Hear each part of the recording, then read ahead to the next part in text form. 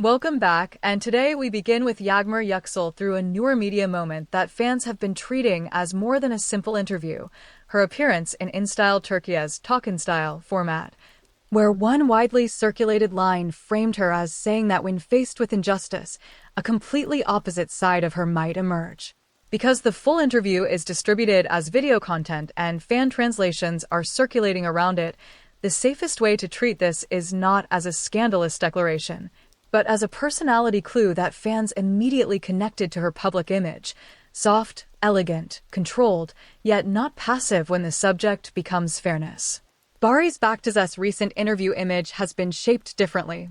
His LOM My Conversation emphasized inner growth, discipline, empathy, family, and simplicity, presenting him not as a performer trying to shock the audience, but as someone trying to appear grounded after sudden recognition. That contrast is useful. Yagmur's recent media moment produced discussion around hidden strength and boundaries, while Baris's produced discussion around maturity and self-control.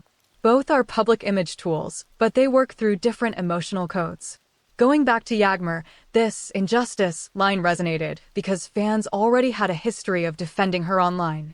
After Kensisekleri, fan communities often interpreted silence, delays, or partner-related rumors through a protective lens, and a statement about injustice naturally entered that ecosystem. Some fans read it as evidence of personal strength. Others used it to reinforce the idea that she is misunderstood by the industry or by sections of the audience. There is no need to invent drama here. The interesting part is how a single interview phrase becomes a container for fan emotion. For Baris, the opposite happened. Rather than one sharp line becoming a fandom slogan, his interview was absorbed into a broader career narrative about transition. He spoke about moving into acting from another academic direction and continuing because of love for the profession, while the article positioned him as someone whose acting journey had changed his worldview. This gives fans less material for conflict, but more material for career interpretation. Baris is not being framed as wounded or wronged, but as someone refining himself through work. Together, these two media portraits show why the Baris-Yagmur conversation remains alive even when they are not in the same project. Yagmur's image currently invites protective, emotional reading. Baris's image invites reinvention and stability reading. One creates the question, is she being underestimated? The other creates the question, how far can he go beyond barren?